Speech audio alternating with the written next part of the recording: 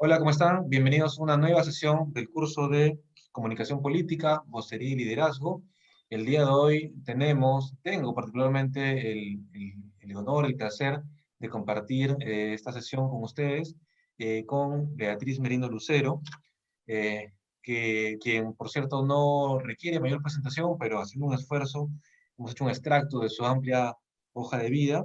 Y quisiera, primero, doctora Merino, bienvenida a esta sesión, a esta diplomado de EGIDA, de la Escuela de Gobierno Indígena y Desarrollo Amazónico. ¿Cómo está? Gracias, Jim.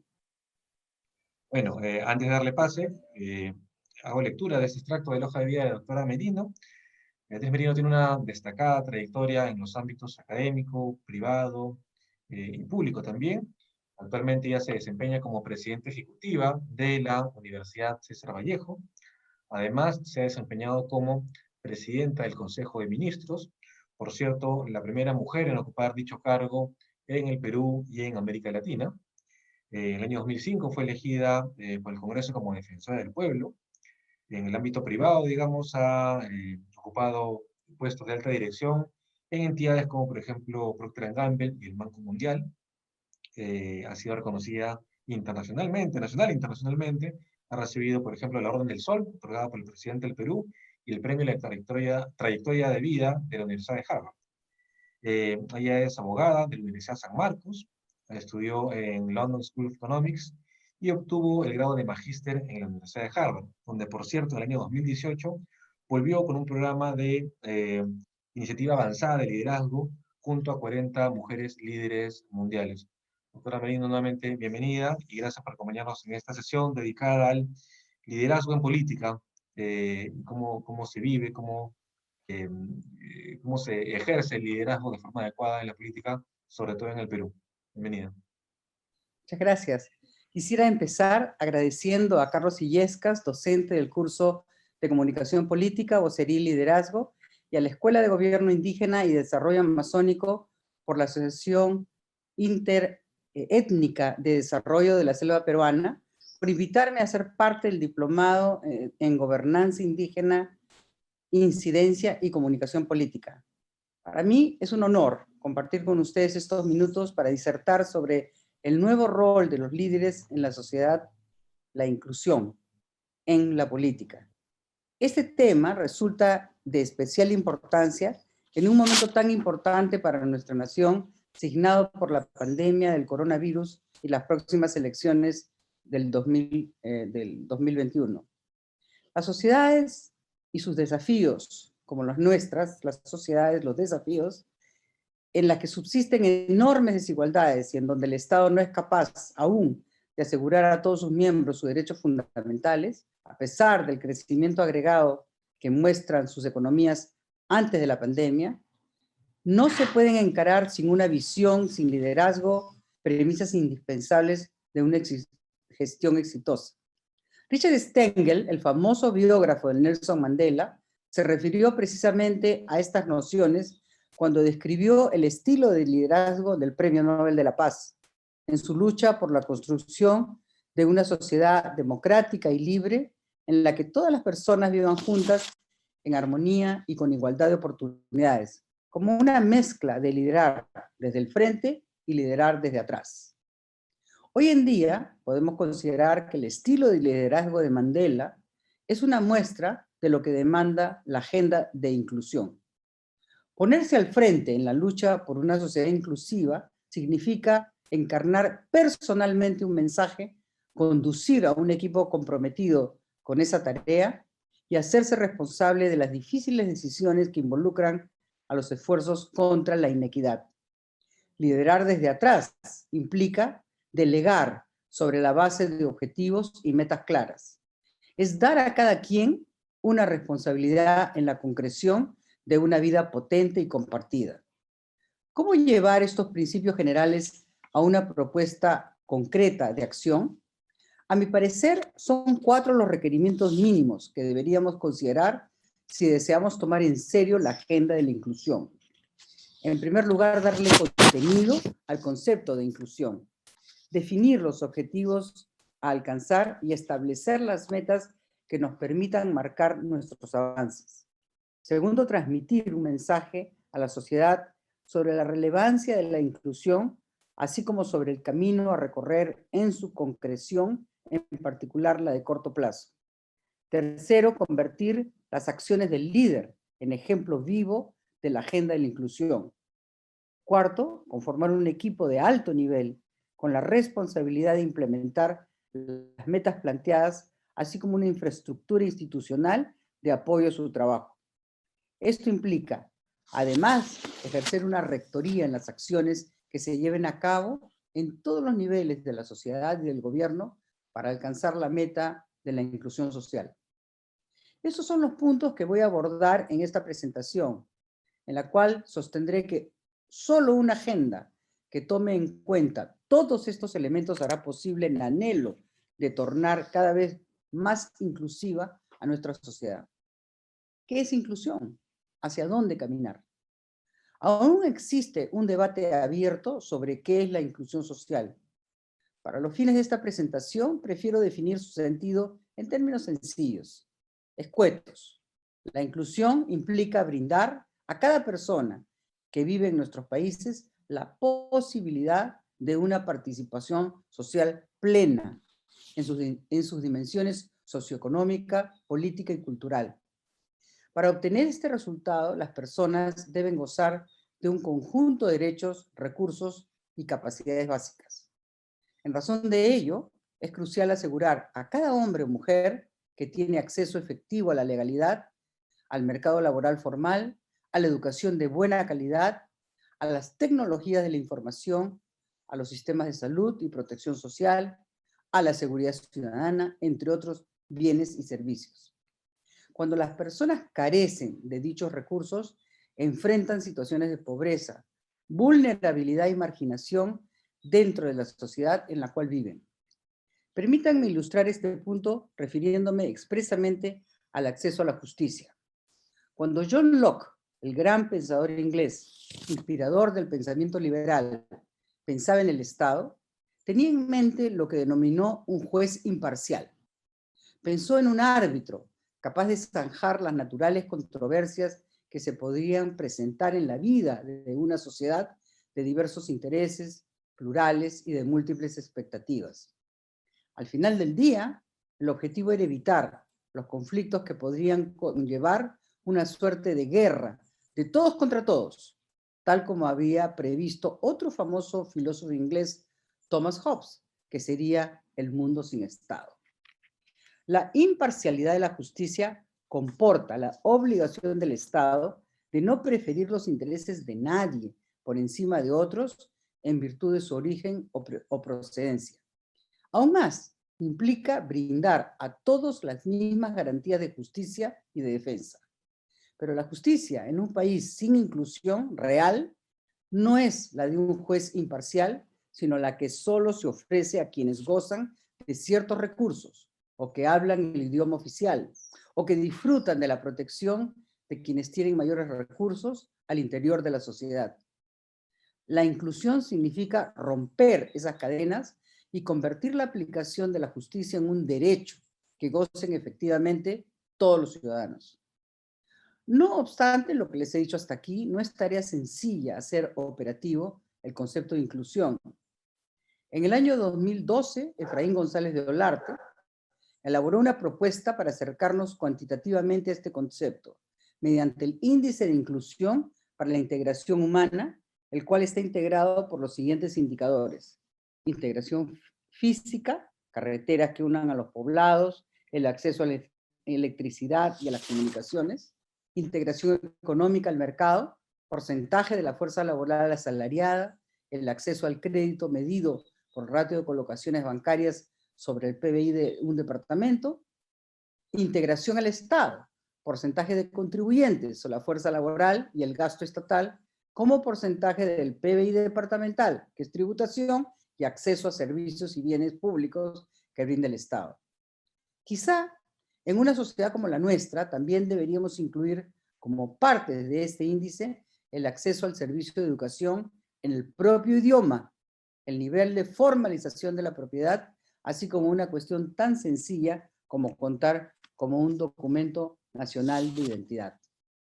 Pero como revela este esfuerzo, el concepto demanda generar paulatinamente mayores posibilidades reales de incorporación de la persona a la vida de la sociedad en condiciones de igualdad de oportunidades. Como es natural, el departamento en donde existe una mayor inclusión o integración es el de Lima, con un índice de integración para la inclusión humana de 0,45, siendo 0 nada integrado y 1 perfectamente integrado. Es decir, a pesar de ser el centro político y económico del país, el departamento de Lima aún muestra un déficit de inclusión. Por contraste, el departamento que exhibe menos inclusión es el de Huancavelica, con apenas 0,14, o sea, 3 veces menos integrado que el de Lima. A esta distancia podemos identificar una brecha de la inclusión. Por otra parte, si observamos las cifras del Índice de Desarrollo Humano, encontraremos que el departamento de Lima tiene un índice de 0,679, en tanto que el de Huancavelica consta de 0,539. La relación es muy clara. A mayor inclusión, mayor desarrollo humano.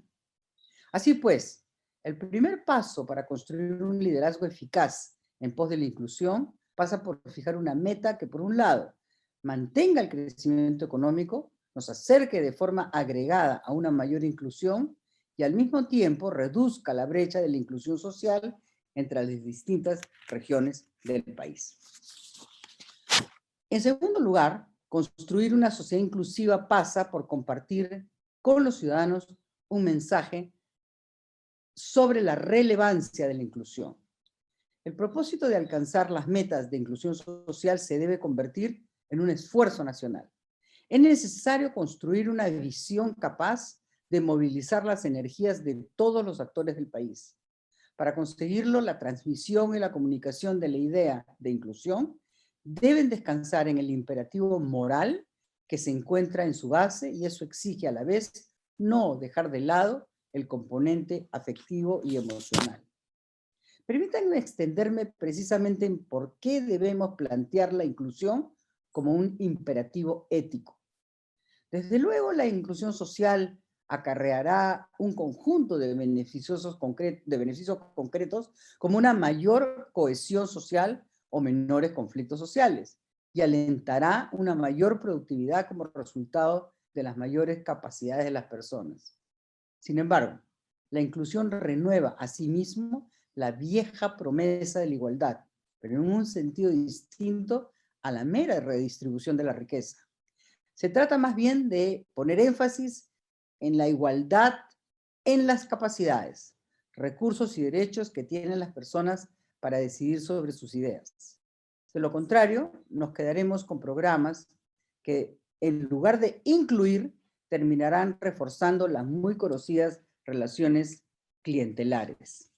Se trata de una igualdad que reafirma la libertad y por ello es un imperativo moral, pues descansa en un profundo reconocimiento de la dignidad humana y de su libertad. Es en razón de estas consideraciones que el liderazgo y la comunicación constituyen aspectos cruciales en esta tarea, pues deben ser capaces de transmitir estas ideas con claridad, generando empatía en la sociedad. Son 4 los mensajes centrales de la inclusión, identificados con ese propósito: encuentro en la diversidad, cercanía, diálogo e igualdad de oportunidades. A continuación les voy a escribir cada uno de estos conceptos. Encuentro en la diversidad, de tal manera que se brinden opciones reales para que los peruanos y peruanas, con sus distintas procedencias y culturas, encuentren espacios para compartir y enriquecer su vida personal y colectiva. Esto implica abandonar la perversa tendencia de formar guetos, convirtiendo a nuestras sociedades en un archipiélago inconexo. Por el contrario, las imágenes que debemos reforzar deben corresponder a las de puentes, de puertas abiertas, de puntos de reunión. ¿No es acaso, por ejemplo, un gesto de inclusión el hecho de que los servicios que brindan las empresas en lugares donde se habla mayoritariamente un idioma distinto al español se brinden en las lenguas nativas?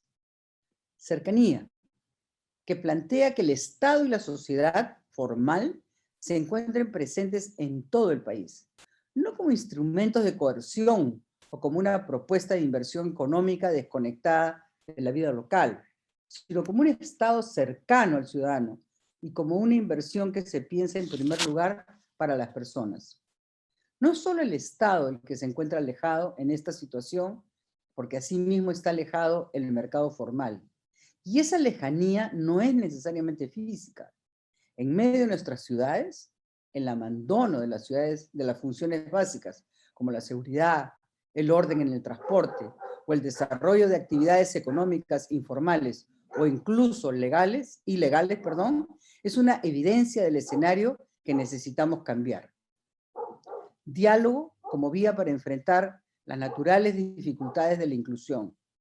Es natural que las profundas inequidades planteen continuos desafíos a la inclusión social.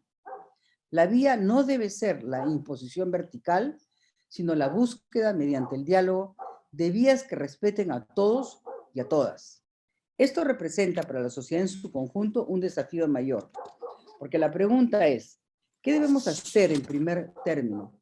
Escuchar y hacerlo con atención, con genuino interés, pues este es un país en el que muchas voces suenan muy bajo y que solo un oído atento puede captarlas. Son esas voces las que traen los mensajes más apremiantes. Si empezamos a escucharnos unos a otros, será posible empezar a dialogar, lo cual no solo demanda la voluntad de hacerlo, sino la construcción de instituciones de carácter permanente que apoyen dicho esfuerzo. Igualdad de oportunidades, expresada en el acceso efectivo a bienes y servicios que haga que las personas sientan que sus hijos e hijas vivirán en un país que ofrece a todos posibilidades efectivas de prosperidad, exigiendo al mismo tiempo a cada uno de los miembros de la sociedad el cumplimiento de sus deberes ciudadanos. En tercer lugar, es necesario que el líder encarne el mensaje inclusivo y transmita en cada una de sus acciones la trascendencia de su implementación. La importancia del tema exige que líderes como ustedes encabecen personalmente la agenda de la inclusión, marcando la agenda y señalando con claridad el camino a seguir. Aún más, nuestras acciones concretas deben expresar un compromiso cotidiano con esta tarea. De esta manera, la ciudadanía percibirá señales claras que revelen la alta prioridad que merece la inclusión social, lo que contribuirá a la construcción del clima de confianza que la inclusión social requiere. No cabe duda de que los esfuerzos realizados en materia de responsabilidad social, empresarial, son destacables y han significado una mejor relación con la comunidad para múltiples empresas. Esto ha redundado en beneficio para todos. Pero pensar en la inclusión implica incorporar los objetivos sociales en el propio diseño y en los fines de los negocios. Las comunidades locales más alejadas no solo necesitan de proyectos de inversión que no afecten sus actividades tradicionales ni formas de vida, necesitan que las actividades brinden oportunidades para compartir la prosperidad, para generar opciones nuevas para sus propias actividades, para ser parte de la economía y ser parte del país. Para lograr ese objetivo, el rol que ustedes desempeñan es irreemplazable. Las comunidades representan y necesitan que sus voces sean escuchadas y que el mensaje que transmitan sea el de una sociedad en la que ningún peruano es dejado atrás. Esa es una sociedad en la que todos estamos incluidos.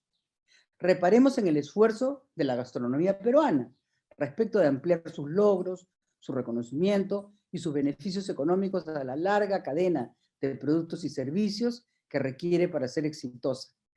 Ese es un ejemplo que podemos replicar. Los empresarios de este sector no son solo ejemplos de éxito. Asimismo, son líderes capaces de entusiasmar a empleados, a agricultores, comerciantes, comensales y al propio Estado.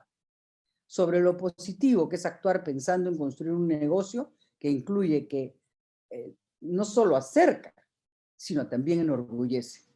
Tengo la convicción de que todas las actividades económicas del país deben ser lideradas con el propósito de obtener resultados similares.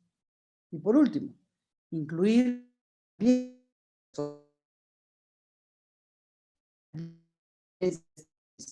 descentralizar las decisiones, concentrar el liderazgo en Lima o solo en algunas ciudades. Esta práctica fortalece una mirada lejana y extraña, del centro a la periferia. Además, dificulta la empatía entre el decisor y la ciudadanía que debe responder a cada decisión. Por consiguiente, la agenda de la inclusión nos conduce a apostar por los liderazgos regionales y locales, a fortalecerlos y articularlos. Esta línea de acción debe involucrar al sector privado. El empresariado local y regional debe estar comprometido con los esfuerzos de la inclusión social. De esta manera, las empresas desplegarán sus planes y acciones en el marco de los objetivos de la inclusión social. Desde el Estado, por su parte, se debe construir una infraestructura institucional de carácter multisectorial y descentralizado, capaz de sostener las políticas públicas que se deberá establecer para cada una de las áreas de la agenda de inclusión social. La labor central de este proceso consistirá en contar con una fuerte rectoría institucional que apoye los esfuerzos de cada uno de los actores en este proceso. Al mismo tiempo, se requiere alentar los enfoques multidisciplinarios para que nos ayuden a formar una imagen mucho más realista de los problemas que enfrentamos y de las tareas pendientes en el camino a la inclusión social. Ahora bien, nos encontramos frente a un campo multidisciplinario de toma de decisiones. No basta la economía para hablar de inclusión, pues está, como lo evidencia su definición, la inclusión incorpora elementos de otras ciencias, las ciencias sociales, el derecho y de las distintas ramas de las ciencias de la naturaleza y como no la ingeniería. No quisiera terminar esta intervención sin hablar sobre el liderazgo de la mujer. En ese sentido, debo señalar que los progresos alcanzados en materia legislativa a favor de las mujeres no han eliminado la discriminación, la marginalización y la exclusión. Esta es una verdad irrefutable, a pesar de que la igualdad entre hombres y mujeres aparece como un precepto universal reconocido internacionalmente como un derecho humano fundamental e inviolable. Casi la totalidad de los países ha ratificado este valor al reconocer las normas expresadas en los tratados internacionales de derechos humanos que articulan en el ámbito estatal un amplio abanico de derechos civiles, políticos, económicos, sociales y culturales, no solo para los hombres, sino también para las mujeres. Estos derechos están escritos, sí, pero no se practican.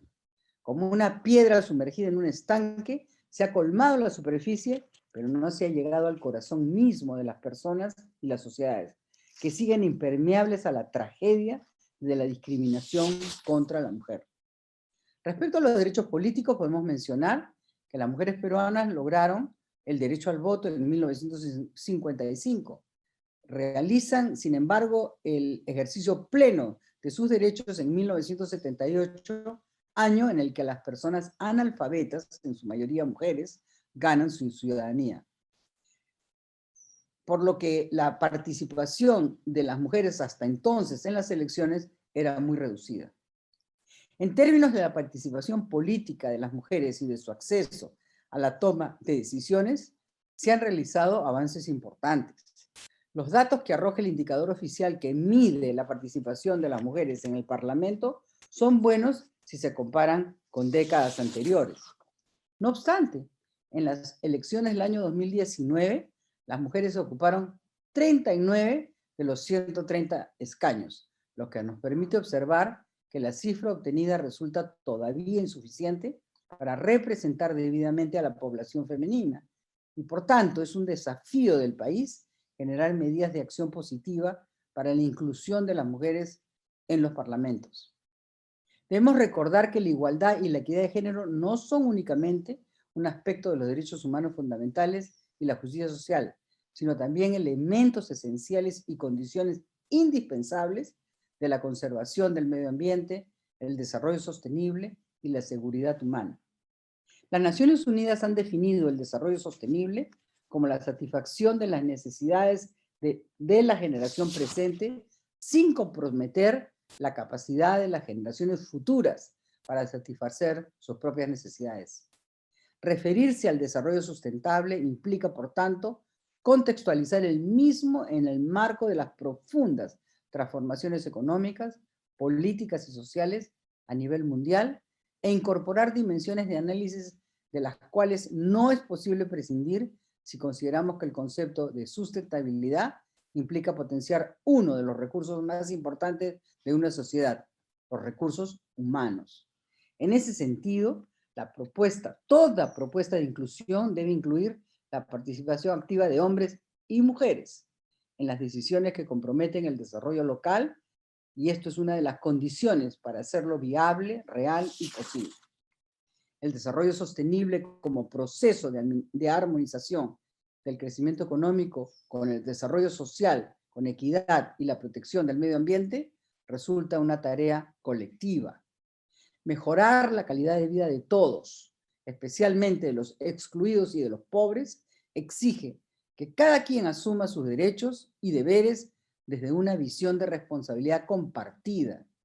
La misión del desarrollo sostenible es clara: generar prosperidad económica inclusiva y asegurar a su vez el bienestar de las futuras generaciones.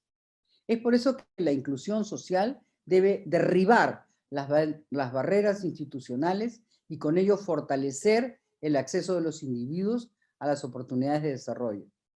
Con estas palabras quisiera invitarlos a reflexionar sobre la igualdad de género. Este concepto no es de ninguna manera una galante concesión a las mujeres. Por el contrario, es una necesidad, una urgencia y una meta a conseguir. Lograrlo es un deber moral de todas las mujeres y hombres que participamos en esta sesión. Aquellos que hemos logrado una posición, el liderazgo o los recursos que en buena cuenta tenemos la oportunidad de estar aquí, hemos adquirido la ineludible responsabilidad de hablar en nombre de aquellos que no han podido hacerlo, ni han conseguido ni remota ni parcialmente la igualdad de sus derechos y de sus libertades. Por eso, los invoco a dar de sí su talento, su capacidad y sus esfuerzos para encontrar y alcanzar la igualdad. Quisiera concluir señalando que lo que debemos hacer es liderar desde adelante, siendo los pioneros en el cambio de la inclusión, señalando la ruta, marcando la meta. Lo que debemos hacer es liderar también desde atrás, multiplicando el número de líderes y lideresas, ampliando las redes de colaboración, construyendo instituciones que sostengan el esfuerzo más allá de las personas. Este es el mensaje que hoy he querido compartir con ustedes. El liderazgo que necesita la inclusión es en sí mismo inclusivo, es abierto, es convocante, es horizontal. Preguntémonos si nuestros empresarios, nuestros gobernantes, están listos para este desafío. ¿Acaso no deberían preocuparse y ponerse a encararlo? La década actual estará marcada por los éxitos y fracasos que se obtengan en este empeño. Doctora, muchas gracias. Doctora Benito, ¿me escucha bien? Sí, claro que sí. Muchas gracias. Nos queda clarísimo la importancia de un correcto ejercicio de liderazgo en general y particularmente de la mujer o de las mujeres líderes para alcanzar la anhelada inclusión. Si me permite, me surgen algunas preguntas, tenía unas preparadas, pero luego de escucharla me surgen otras. Eh, Claro. por ejemplo, sabemos que la educación incluye, la falta de educación excluye. Diría que la educación es el mejor camino para alcanzar la igualdad. Bueno, la educación es el único camino para lograr que los pueblos se desarrollen, ¿no? No existe otro camino que lograr que los ciudadanos tomen sobre sus propias vidas decisiones informadas. Y para poder tomar decisiones informadas y por ende libres, tienen que tener un acceso a una educación de calidad. No existe otra herramienta en el mundo de la economía o en el mundo de la inclusión o en el mundo de las políticas sociales más valioso que la educación. Es el único camino que nos permite además, digamos, derribar todas las barreras sociales, ¿no? Absolutamente todas. Con una educación de calidad se tendrá una vida de calidad, una profesión de calidad y se podrá alcanzar cualquier objetivo o logro profesional que se desee. Ok, clarísimo. Mencionó que hace falta que tengamos un Estado presente, no solamente físicamente, sino que el Estado se sienta. Pero ¿qué pasa cuando el Estado no se siente? Corremos el riesgo en algún punto de volver esta guerra de todos contra todos que mencionaba el Leviatán de Hobbes. No, yo creo, a ver, yo creo que somos una sociedad en transición, somos una sociedad en desarrollo, somos un Estado en desarrollo y vamos aprendiendo de nuestros propios errores. Si uno analiza, digamos, los 200 años de república que vamos a cumplir pronto, verá usted que los primeros 100 años el Estado vive totalmente de espaldas a las comunidades, tanto nativas como indígenas. Es un Estado que mira únicamente, se desarrolla y se organiza mirando hacia la costa y hacia afuera del Perú. Es recién los segundos 100 años donde el Estado gira, y particularmente yo diría en los últimos 30 años, y entiende que es su labor incluir a todos los ciudadanos del Perú, donde quiera que ellos estén. El problema es de que la disparidad ya se generó, ya se creó. Con estos 100 años de abandono, digamos, original de las comunidades nativas, de las comunidades indígenas, se creó un quiebre, se creó una desconexión, se creó una diferencia entre aquellos que tuvieron acceso, digamos, a los beneficios del Estado durante los primeros 100 años de República y aquellos que no lo tuvieron. Y es una tarea enorme y un desafío importantísimo de este Estado y los que vendrán en absoluto, el generar una sociedad inclusiva y un Estado inclusivo. Ahora, yo en lo personal creo que la tecnología será la gran herramienta que permita que esa inclusión se logre, ¿no? Hoy día la tecnología permitirá no solo acceder a lo que sucede en Lima, permitirá a las personas que están en cualquier lugar de Perú acceder a cualquier ciudad del mundo cuyos idiomas puedan acceder o incluso usando los traductores que las herramientas de tecnología permiten. De tal manera que yo creo que los próximos 50 años verán al Perú desarrollar un Estado mucho más tecnológico, mucho más moderno y mucho más inclusivo. Curiosidad histórica, diría que ese quiebre, digamos, de mirar solamente hacia afuera de la costa y empezar a mirar hacia adentro, se dio en el oncenio con Leguía, luego del Viernes Negro y de prestarle demasiada atención a los aristócratas y a los gamonales. Yo diría que fueron los primeros 100 años de la República, ¿no? O sea, en los primeros 100 años de la República el Estado se organiza sin tomar en cuenta realmente que la población indígena, que dicho sea de paso, era la población originaria del Perú, ¿no? Y la población nativa de nuestra Amazonía tenía los mismos derechos y el mismo acceso. Y es recién, claro, en el mundo desde la elaboración de las teorías de los derechos humanos, ¿no? Donde se acepta que todos los seres humanos tenemos los mismos derechos fundamentales. Ahora, tengo la ilusión y tengo la percepción de que el Estado avanza cada vez más en esa dirección. Tenemos, por ejemplo, ministros de Economía, que yo he observado en los últimos 15 años o 20 años, construirse indicadores respecto de políticas económicas con relación a la desnutrición infantil. Claro, esta pandemia evidentemente nos ha golpeado terriblemente, pero hemos estado tratando de avanzar, digamos, en materia de educación, en materia de salud, lentamente, mucho más lentamente de lo que debiéramos haber estado avanzando, mucho más lentamente. Usted recordará, yo he sido defensora del pueblo y he vivido durante más de 5 años de mi vida, soy testigo presencial del abandono del Estado con relación a los más vulnerables y en particular las comunidades. Pero creo que hay un esfuerzo que se está haciendo, se ha creado un ministerio para ese propósito, se están dando los recursos y yo tengo la esperanza, ¿no? Y además los líderes que asuman las responsabilidades del Estado en el futuro vayan en esa dirección. Buenísimo. Uno de los derechos fundamentales es la de ejercer la opinión, de poder definir una agenda propia. Y el correcto ejercicio de la democracia implica, por definición, la discusión, el intercambio de ideas para alcanzar consensos. Hay casos, que hemos comentado en las sesiones anteriores, en los que aparece un falso consenso, no porque ya hemos llegado a un punto de vista común que nos satisfaga a todos, sino simplemente por ausencia de voces discrepantes. ¿Cómo hacemos desde posiciones de liderazgo para visibilizar esas voces pequeñas que no tienen suficiente volumen tal vez, y que tal vez ahí está la solución o ahí están los problemas fundamentales que debemos resolver? Bueno, todo, todo estado autoritario se nutre, ¿no?, de un líder fuerte y una población sumisa, ¿no? Este, la humanidad no ha avanzado durante los años, digamos, no ha avanzado lo que ha avanzado en los sistemas de democracia y libertad durante la época del medioevo, con los reyes o con los lores, cuando todos trabajaban para el lord o para el rey y ellos decidían todo. La sociedad y la humanidad ha avanzado en los últimos 100 años por el establecimiento en el mundo occidental en particular de la democracia, como una herramienta donde la libertad le permite a los ciudadanos el crear el escenario, el crear la economía, el crear los instrumentos intelectuales, académicos y sociales en los que va a desarrollar su vida, ¿no? Y yo creo que los líderes tienen que ser muy empáticos con aquellas personas vulnerables que tienen, como usted menciona, una voz que va baja, ¿no? Y tienen que, primero, hacer oír esa voz, ¿no? Y ser la voz de esos que no tienen voz. Pero segundo, y quizá más importante, lograr que ellos tengan su propia voz.